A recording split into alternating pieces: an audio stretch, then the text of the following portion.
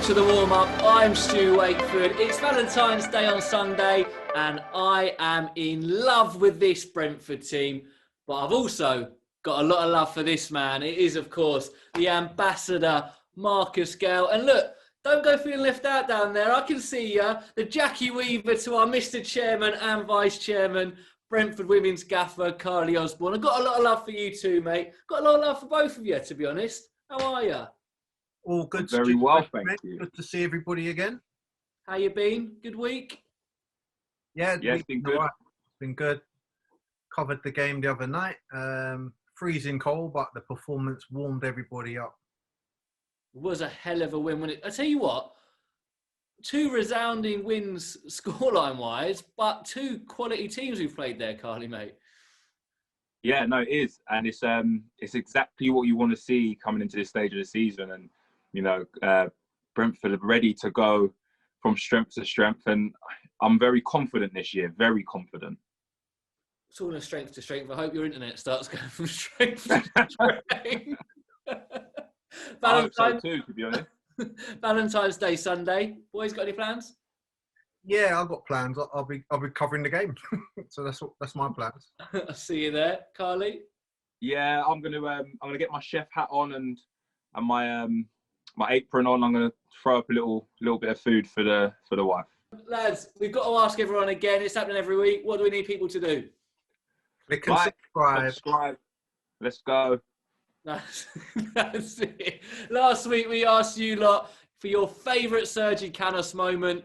We told you to put it in the comments below for a chance to win this Ultimate Team card. Thanks for all your entries. We will be announcing the winner of that at the end of the show. I want to apologise to all the competition winners from last week. I've spoken to a couple of you on social media. We had a meeting on Monday, and it looks like we've got some prizes sorted. They're all in the offices though, so I need to get in there. Obviously, we can't get in there at the moment. I'll get them and then I'll take them over to Jersey Road once they've been sanitised. Obviously, it's a little bit tricky to kind of just give stuff to players at the moment. We've got to be really careful. So that'll happen. We'll get on that. Not good enough from us. Apologise, and we are on it. Back to the show. Lads, this is a show fit for a table-topping team. I caught up with Henrik Dalsgaard as he made his 150th appearance for the Bees last night against Reading. As we mentioned, it is Valentine's Day on Sunday, and I can tell there's panic setting in across the living rooms in TW8 right now. But don't worry, the gaffer Thomas Frank's got you covered. He's got it all planned. Keep an eye out for that later. And we'll also take a look back, as usual, at the games we played, Borough and Reading, and look forward to Barnsley, and one that's crept up on us. To be fair, I forgot about this. It's a derby on Wednesday, QPR. So we'll be looking forward to the derby day. And if that isn't enough, joining us here, a player who is just a joy to watch. His feet were unbelievable. Great feet for a big man. We just won't talk about his scoring capabilities. It is, of course, Toumani Diagouraga. He'll be answering some of your questions. Thanks for sending them in. Boys, I know I was saying it all week. I am buzzing for Toumani. You've both been at clubs with him. Marcus, he was only a youngster coming through the ranks at Watford when you were there. Karleigh, I know he's a good friend of yours. What's he like? He's a good man, good player. He was talented, but he's a good lad. He was good in the changing room. You know, a good personality around the ground, and a real top man. His feet were a joke, weren't they? I don't know, like some of the skills he'd pull off, like that. He looked languid, but his feet were just so smooth. He had that sort of Patrick Vieira style about him, long-legged, quick feet, a lot of skill, can pick a pass. And I saw that from a very young age. I think he was about 16, 17 when I first met him. And people were raving about him back then. Should we get him out? Let's get him out. Let's do it. Part of the 2013-14 promotion winning side, 2014-15 season Supporters Player of the Year, 246 appearances for the club. As I said, we won't mention the goals. It is, of course, Toumani Diagouraga. How are you, mate? I'm very good. How about you?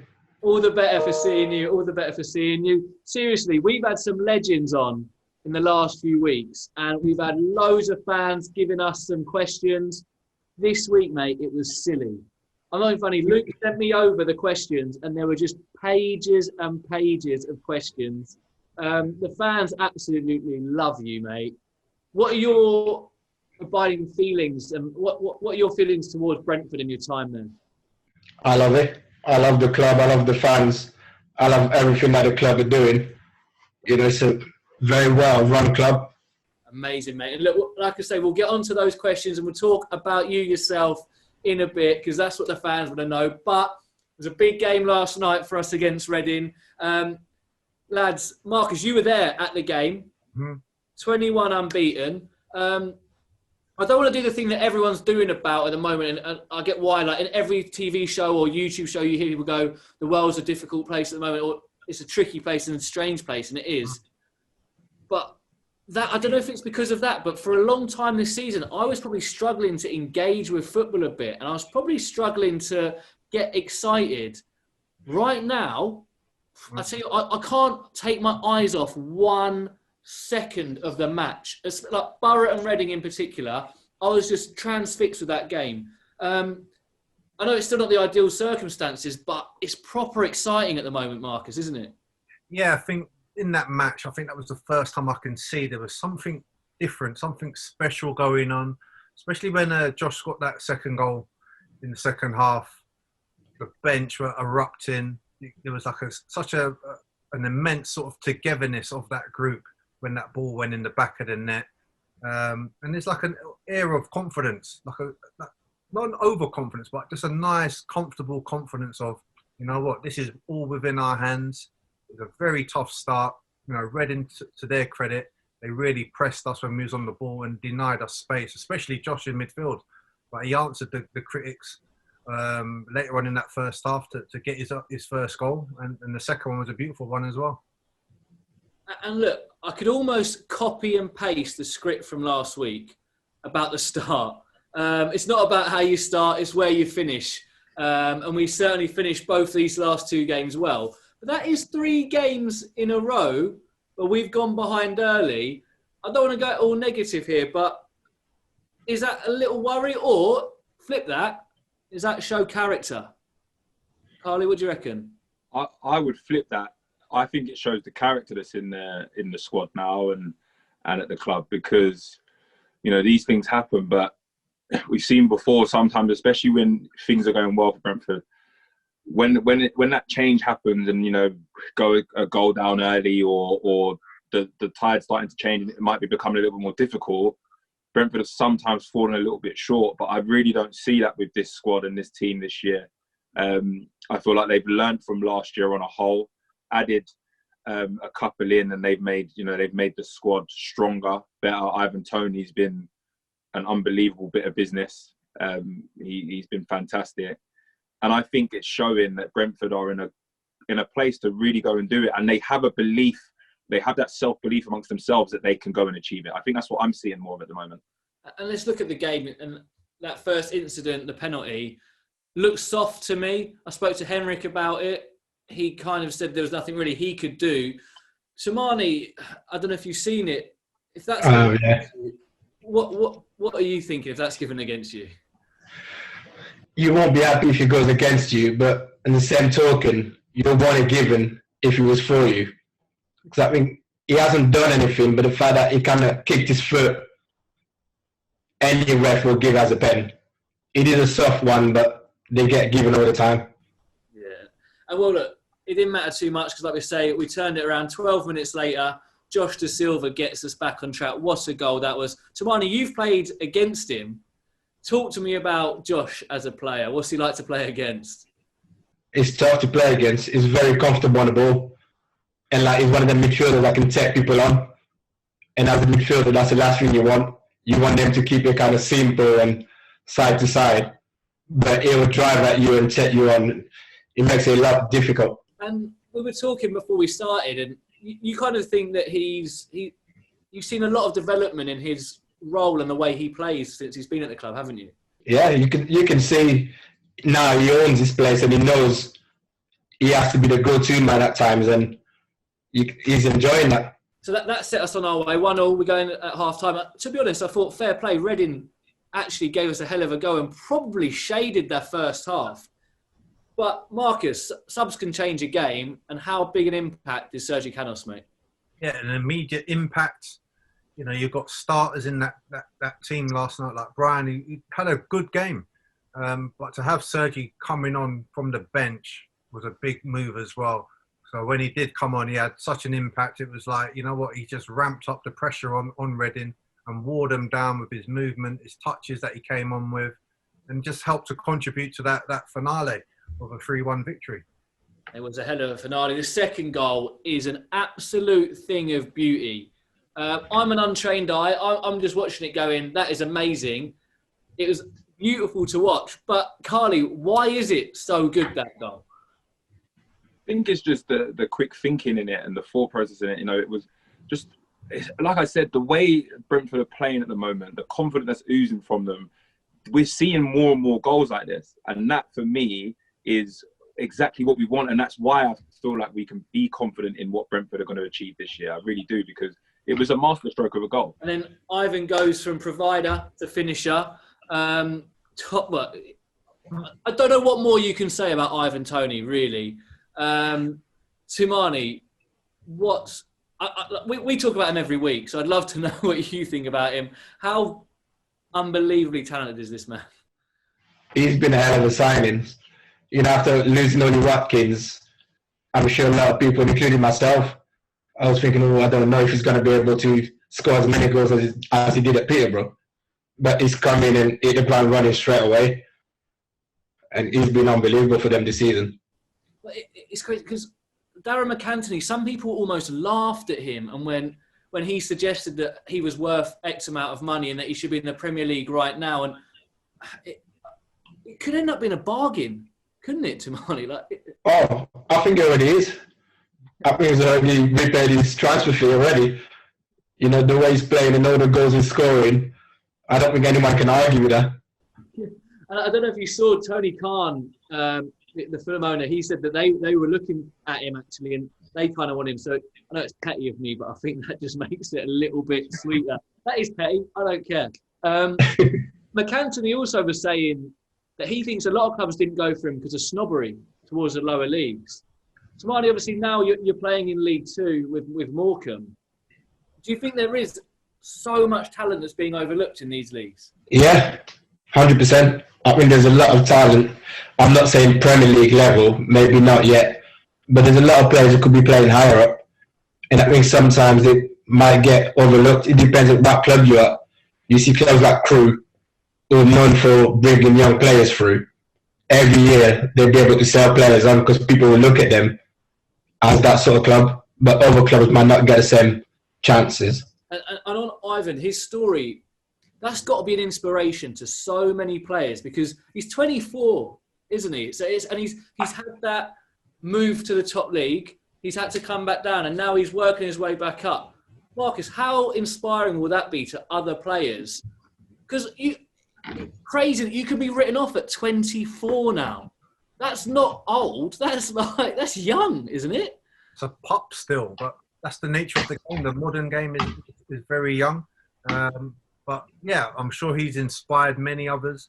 He's not been alone. There's been many that have come from that sort of journey, that have had the sort of setbacks and then bounce back. And now can they make it to the very next top level? I'm sure that can happen with him. But yeah, as the guys have said, inspiration this year, the amount of goals that he scored, his team contribution, I think he's got 9 assists to go over his 23 goals, says it all. So pleased for him. Can we just keep this momentum going? I'm sure we can. But yeah, we're in a very special moment at Brentford. Karleigh, I know you're very big on mental strength and the mind as well. What does that say about Ivan to have that mental strength to bounce back from all of that? For me, it's a testament to him, really. Like, you know, he's had that move at a younger age and to a massive club. It's not worked out there, but he's been willing to come back down and prove himself all over again because he has that belief in himself that he's good enough to play at the top level and he's working his way there. He deserves all the credit for that because it's not an easy thing to do. You're constantly judged and watched every day, but he's proven all the people wrong, and I'm really pleased for him. And look, looking at everything from a wider point of view, we probably do it a lot, and as fans, we all do it. We're getting caught up in it again. We're getting a bit giddy. Before we started recording, we were starting to say some ridiculous things. Like, do you know, it's hard not to. But I thought Thomas was brilliant in his post-match, and like you were saying earlier, Marcus, there's a humble confidence at the moment, isn't there? There's no one's getting ahead of themselves. And Thomas did say, he went, yes, it's brilliant, we're top of the league, but it means absolutely nothing right now. And that's exactly how you've got to look at it, isn't it, Toumani? Yeah, you can't get too carried away. But like you said, you need to have that confidence that you can go to every game and get the 3 points. And that's the way they seem to be, well, for me looking from the outside at the moment, they seem very confident. But they'll know there's still a long way to go. Yeah, exactly. Like you say, long way to go. And as Sean Dykes would say, we've got a great group here. And talking of that group, Henrik Dalsgaard made his 150th appearance for us last night against Reading. I caught up with him this morning for a little Zoom chat and a natter. Here we go! Henrik, 150 appearances for Brentford. Congratulations, mate. Thank you very much. 150th game. You made it an eventful one, didn't you? With the penalty. Yeah.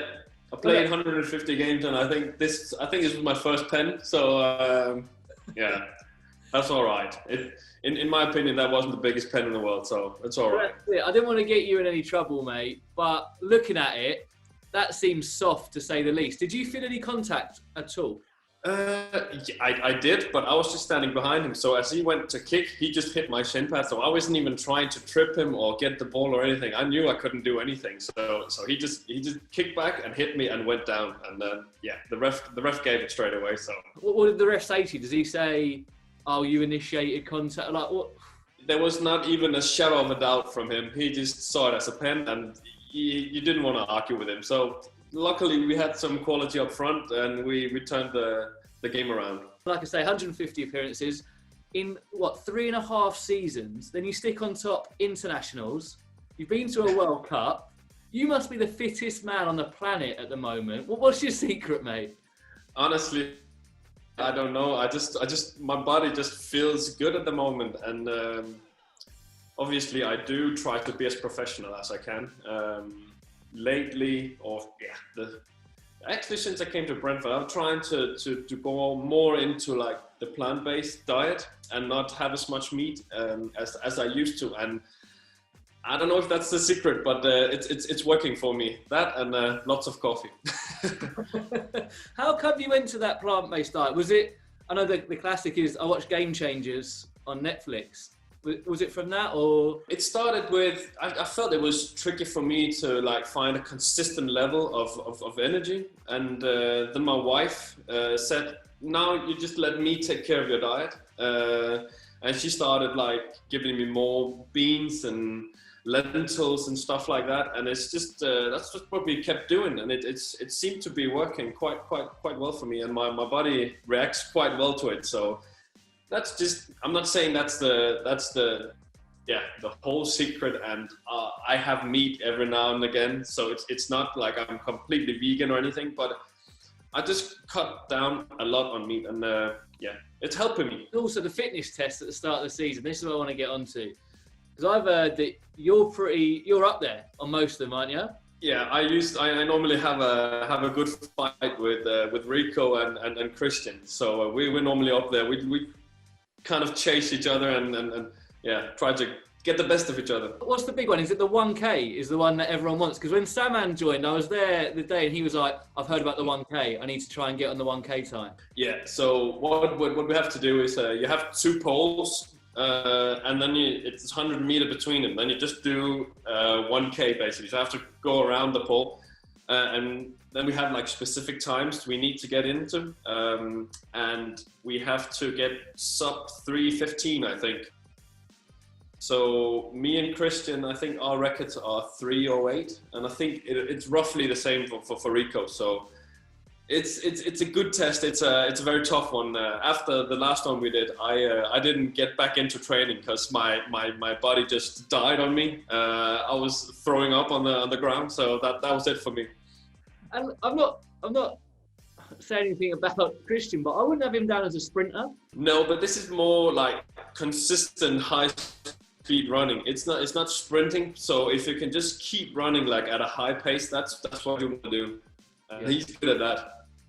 And your position, I think, especially as a fullback, it's got to be one of the toughest and most physically demanding positions, because a bit like that 1K, you're just up and down constantly. You've played in a few roles over the course of your career. Which do you think is the most physically demanding? I think it is very physical, because you almost always have to play 90 minutes, whereas it might be harder to play as a winger, because you do more pressing and high speed running, but then often you are taken off after 70, 75 or 80. So you don't get up to as many sprints and kilometers as a fullback. You kind of expect the fullback to always play 90 minutes. That's what makes it so hard. Do you love that? Pretty much, unless you have an absolute whiffer, which is unlikely for you. Yeah, exactly. No, I like it. I used to, especially when I was younger, I really loved to get into those last 15 minutes, because I knew my opponent would be dead by now. So that's when I could really kill him. And looking back at the 4 seasons at the club, a lot's changed even in that 4 seasons. Personnel, expectations, stadium. What are the similarities and differences in the 4 squads, would you say? We've always had a talented squad. Even when I came to England, it was a good squad. We were just very, I would say, inconsistent. We at our highest level, we were like top of the league. But that's what I think we've gotten, like that defensive foundation where we just know what we can rely on. And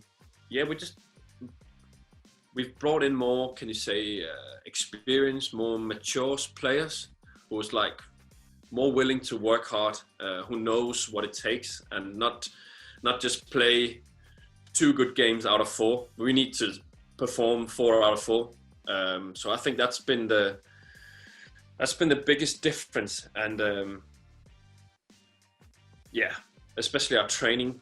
We work so hard in training every day, whereas before it used to be sometimes we just like switch off and just go have fun. Now when we compete, we want to win, and then we can be friends afterwards. But if I need to tackle Christian, and you can ask Christian, that happens a lot of times, but we're still good friends outside of the pitch because we want to win. And do you think you've changed much in those 4 seasons? I think my role has changed a bit. I used to be like very attacking, but with Rico coming back and Rico being so good at like just going forward, I think my main role is like the rest defending and like make sure we have the balance of the team. So Rico can basically just go whenever he wants. So it's my role to be the one who like looks around the pitch and see if we're all right. If we lose the ball, when we lose the ball, just be ready to smash them again. And you've also taken the armband on numerous occasions, even more so this season. Does that affect your game? It might have, just especially in the first games, it would maybe take a little bit more energy from me, because it's a special occasion. So, but lately, I would say I just try to play do as I normally do, and not let it affect me. I have to scream a little bit more at the refs, but I'll take that. I was going to say, you don't strike me as someone that minds doing that. No, not at all. In that kind of the leaders in the squad, yourself, Christian, Pontus, I imagine Winston now coming in. I was chatting to Christian the other day about maybe, you never know, him and Pontus as a maybe management duo one day. Is that something, I know you're only 31, you've got a while to go. Is management something that appeals to you? It's funny you're saying it, because no, not at all. I might manage my son's soccer team, football team, when he wants to start playing football. But I think when I'm done with football, I'm done. Then I don't want to be in like a professional environment. But never say never. But right now, when I'm done, I think I'm just fed up with it. It's not. It can be such a great world to be in, but it can also be a cruel world. Will you become like a football fan then? Are you a football fan? Do you have like a club and stuff? No, not really. But again, obviously, I will be taking my kids to the stadium and enjoy the occasional football game. What I would say is, before playing pro, I never went to see like a national game, and that is definitely something I will do after having experienced it myself, and that whole feeling around it. I would definitely take my kids to like the national games. That would be a big thing for me afterwards. That would be pretty special as well, to be like, Yeah. I played. That was me. Yeah, exactly. Before you go, mate, I'm going to stick you on the spot here. 4 seasons, 150 appearances. Who's the best player you played with in those appearances? I didn't warn you about this one. Oh, that's a good question. Obviously, you have the special and unique talent like Said, but because he could do something magical just out of nothing. But that's the way I play as well. But I love like consistency. So I have to say, the way Christian played last season, for example, I think that's more important for me, to have someone you can rely on every single time than to have a player like Said who can create a little bit of magic here and there. I love consistency. I know you need to have that sprinkle, that spark sometimes, but consistency is key for me. Rico last season and this season as well, it's just been, that's what I love to see. Well, it goes back to what you were saying earlier, I guess, about what we do better now and how the squads have evolved. Henrik, top man, I really appreciate your time. And it's going to be exciting into the season. So thanks for your time. You're welcome.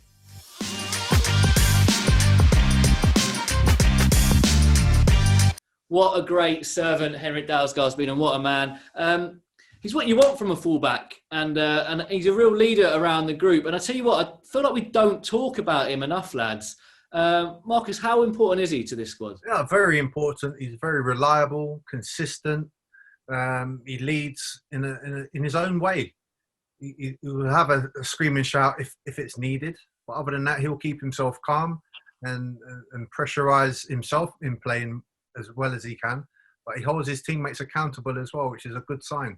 He strikes me as someone that loves a derby game, which is handy with the week that we've got coming up. We'll get on to QPR in a sec, but first up is a tough game against Barnsley on Sunday. When we played them earlier in the season, Valérien Ismaël, he had just come in. He's now been there 113 days. Don't worry about that research. But they're a different entity now, aren't they? He's very meticulous on the training ground from what reports say, and he's very hard on the players as well from what I've heard, and saw some press reports around the Yorkshire area saying that some players have had to leave because of it. They've not won in their last 5 league games, but Karleigh, this isn't going to be a straightforward game on Sunday, is it? No, it won't be a straightforward game. They're gonna come and they're gonna put Brentford under pressure. But I think Brentford need to try and take the positives out of their last few fixtures. Know that Barnsley are going to be a little bit. They're not going to be the strongest mentally at this moment in time, probably because of their losses that they've had and things like that. But it's another opportunity for Brentford to go and get 3 points and keep moving up the table, or stay at the top of the table, we can say, at this moment in time. And look, I have to also they've not had a league game in February because of postponements and stuff. It's going to look like I'm skimming past Barnsley here, but I can't sit here with Toumani when we've got QPR game on Wednesday. There's only one thing we can talk about, and of course that 1-0 win, Marko Djuric's goal in front of Ealing Road. Toumani, your part in that goal really stands out for me. The step over on the outside of the foot pass. Talk to me about that match, because it was an incredible night, wasn't it? Yeah, we had a full house. Obviously, being a derby, we wanted to win, and we managed to do it. And I got involved for the goal, which doesn't happen a lot. So I was buzzing with it.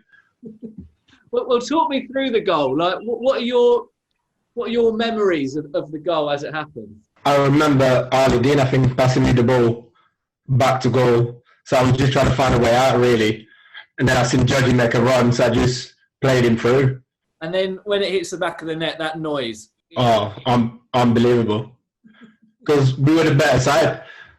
and it was 0-0 for a long time.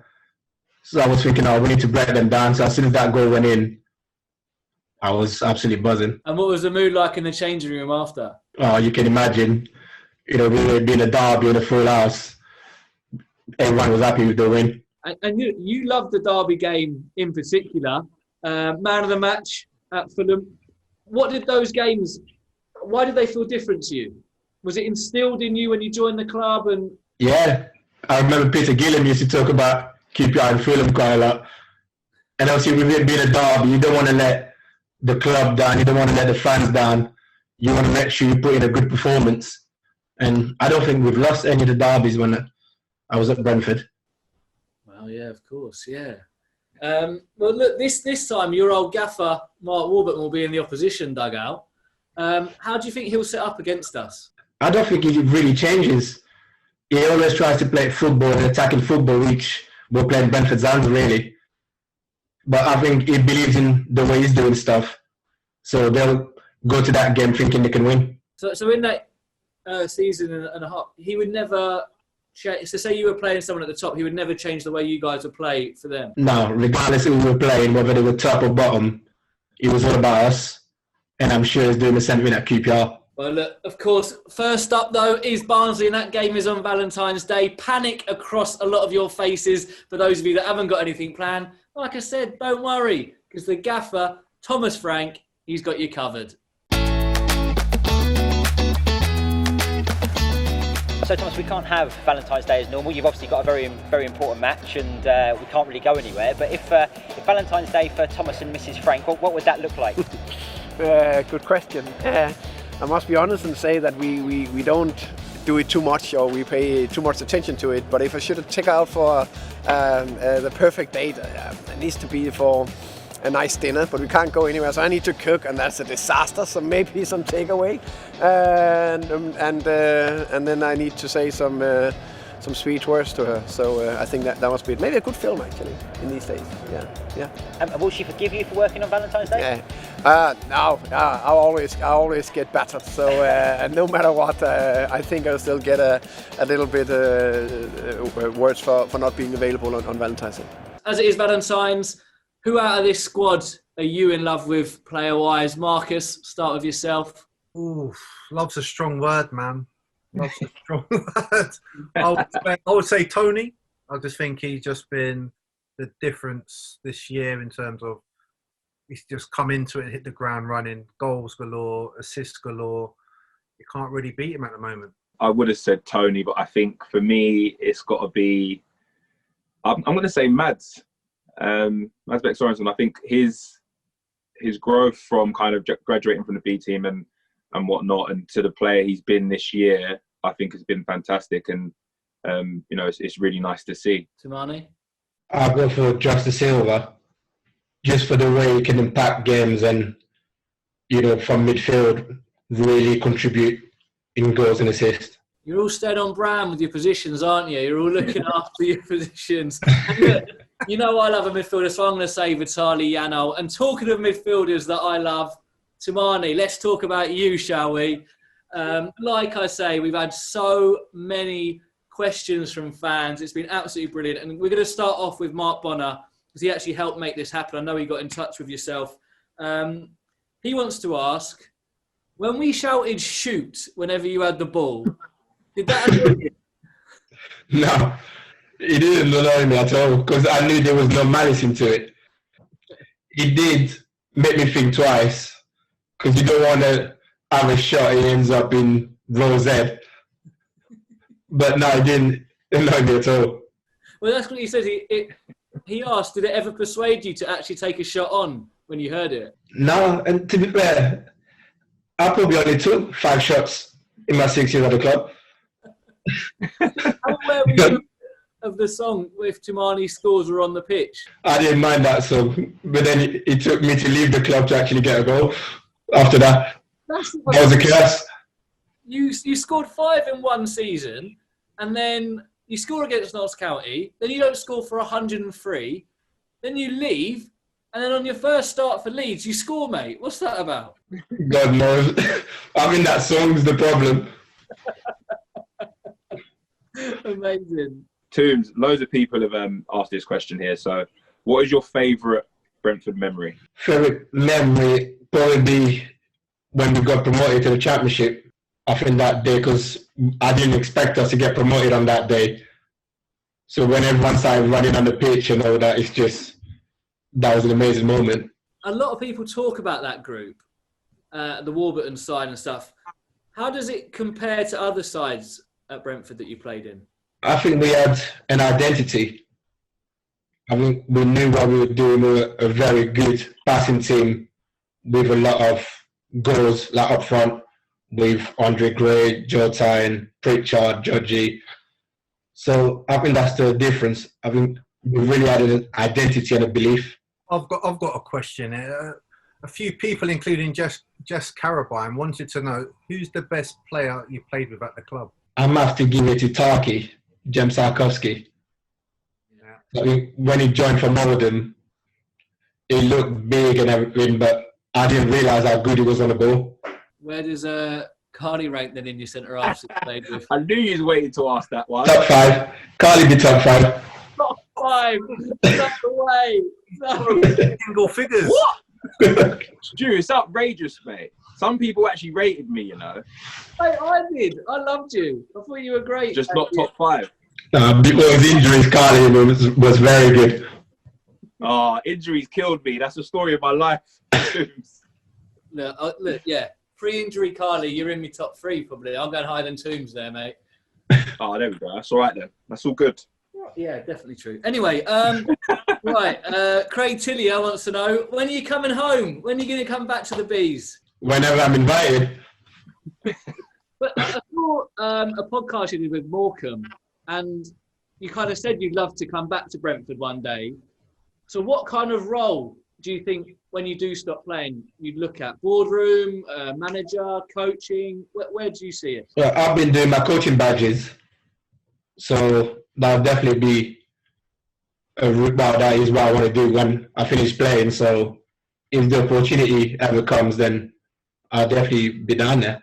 Well, it's brilliant at the moment, isn't it? Like with Sam involved and Kevin involved, like you guys involved as well. If Toumani's involved as well, I don't know. Like there's something about that as a fan when you look on the touchline and you see those guys. I mean, I've spoken about a Pontus Christian Norgard little double act, but is this maybe a Karleigh Toumani double act in the future? I think, Tombs, I think we can make that work. I know you can make it work. Yeah, that's what I wanted to hear. Who's assistant? Definitely. Who's gaffer? Who's assistant? I'm gaffer. He's the assistant. No, same like straight away. No, actually, you've got more experience. I'm the assistant. He'll make me do all the coaching. That's why he'll just be chilling. That's yeah. I take the training sessions. No problems with me too. Talking of former players, I've got another question from one. Harley Dean has been in touch. He said, who snuck out with you on the trip to Dubai to Mahiki? I would say no one. Harley would say himself with me and Clayton. That's what Harley would say. But I would say myself. I would say no one, sorry. Keeping it Good time was it in Dubai? Yeah, we had a good time. You know, we had a good 5 days, a few training sessions and a bit of relaxing in the sun. That was in the January, was it? Yeah, I think that was after the Chelsea game, the FA Cup game. And I know some people talk about these mid-season warm weather breaks and stuff, but did that help you guys and bring you lot together, do you think? Yeah, I think it's good for the team just to spend a bit of time together away from everyone else and like for the team bonding aspect of it. Well, it did seem like a really together group back then, to be fair, and obviously worked wonders for you boys. Marcus, you've got another one, haven't you? Yeah, from Jamie Allen. He wants to know, what do you think, Toumani, was your best performance for the club? I'll have to say Fulham away when we won 4-1.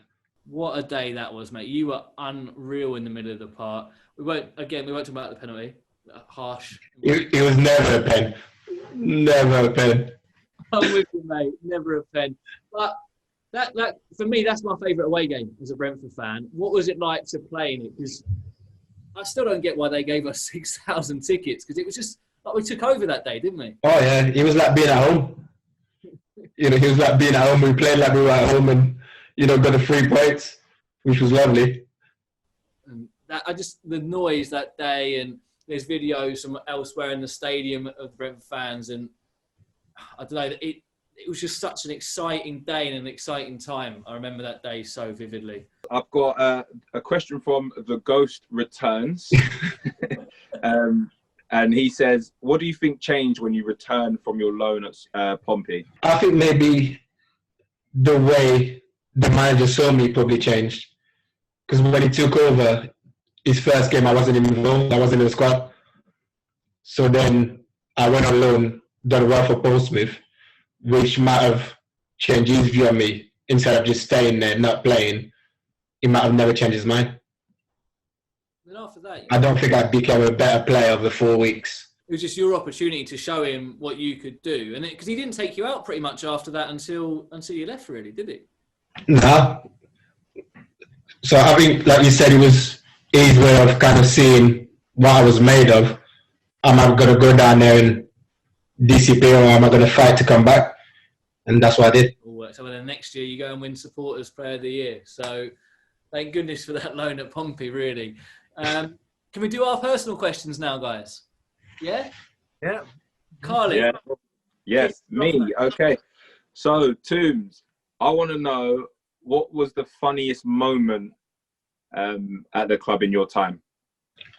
I think one of the funniest moments was when Sam Saunders had to clean someone's car naked. I can't remember whose car it was, though. Whose car was it? I can't remember whose car it was, but we'd done that. The football predictions. Yeah. And Sam lost at the end of the season. So that was the forfeit. So that was quite funny. He had something covering his, yeah, or not? Just about, yeah. Oh, mate, unbelievable. Go on, Marcus. You've got one for Yeah, tonight. so I'm going to take you back in time, Toumani. Back to when you was at Watford as a 16, 17-year-old, I remember. And there was rumours about Chelsea looking at you at the time. Because I knew the scout there, and he gave me the indication that Chelsea were looking at you. Was you aware of that? Yeah. Yeah? Yeah, I got told at the time. But then that's when Watford gave me a 4-year deal to stay in. I knew that going to Chelsea, chances were I was never going to make the first team. And at the time when he was there, I was travelling with the first team. I was in and around it. So I thought I'm better off staying here to get first team than just going to Chelsea, because it's a bigger club, and then just disappear. So that was the reason. But yeah, I was aware of it. Marcus, what was a young Toumani like? He was long-legged, great vision, can pick a pass. I always remember him using the outside of his right foot. Similar to what you mentioned with the QPR goal, a little step over, plays with the outside. I saw that from when he was 16, 17 at Watford. So he had such a sort of huge sort of expectation and excitement around him just to see him as a youngster come through, which was good. And we talk about that star. That kind of leads on to my question, Toumani. Who were your idols and who did you love growing up? Because you're one of those players that are very unique in your style and you don't come around very often in your technique and stuff. So who did you look up to when you were younger? I probably looked at Zidane the most. Not that I can play like him. But yeah, I remember being young and when France won the World Cup in '98. That's what really drew me into football. And obviously after Zidane scoring 2 in the final, he was a big inspiration. So where did the outside of the right foot thing come from? I don't know. I'm not sure. Because my uncle said it to me before. He was like, why do you always use the outside of your foot? I was like, I don't know. I don't think. I just do it. And I've been doing it ever since I was a kid. Jude, when we was in training, if you passed it to his left foot, he used to rage. I don't remember that. Guys, I'm getting waved at by Lukey, which means that's it for another week. And you know what I'm like? I'm a stickler to times. I never overrun. Toumani, honestly, mate, it's an absolute pleasure. We'll have to get you and do a longer piece of you and proper go into your time at the club. But thanks so much, mate. Oh, cheers. It's been a good fun. I enjoyed that. Look, before we go, we're going to give away this Sergi Canos Ultimate Team card. Last week, we asked you all to give us a like and tell us your favourite Sergi moment. Here are a few of them. A lot of you said the train station away at Burton, and obviously the singing when everyone bumped into him. The goal at Reading, of course, unbelievable scenes. Wayne Kelly said the first goal back from his injury. Simon Fuel and a few other people said Cardiff at Boxing Day. And a lot of love for the Blackburn goal when we had 2,000 of you back. We've got everyone who sent in an entry in here. So I'm going to pick one out. Toumani, you tell me when to stop. Stop. Who have we got here? Let's have a look. Sorry, Marcus, I've nicked your gig this week. I'm about to say, where's my bowl? And the winner is, I don't know if you can see it, Don JBs. Congratulations, Don JBs. We'll be getting in touch with you or get in touch with us. Either way, doesn't matter. We'll get that Ultimate Team card over to you. And as mentioned at the top of the show, apologies to those of you waiting on prizes from last season. And Cal Taylor, you won the Homeschool Challenge of the week. Make sure you get in touch and we'll also reach out to you to get you your Ethan Pinnock shirt signed. Again, that's at the offices. We're not allowed in there at the moment because of COVID-19. When we can, we'll get it and we'll sanitize it and we'll get Ethan to sign it.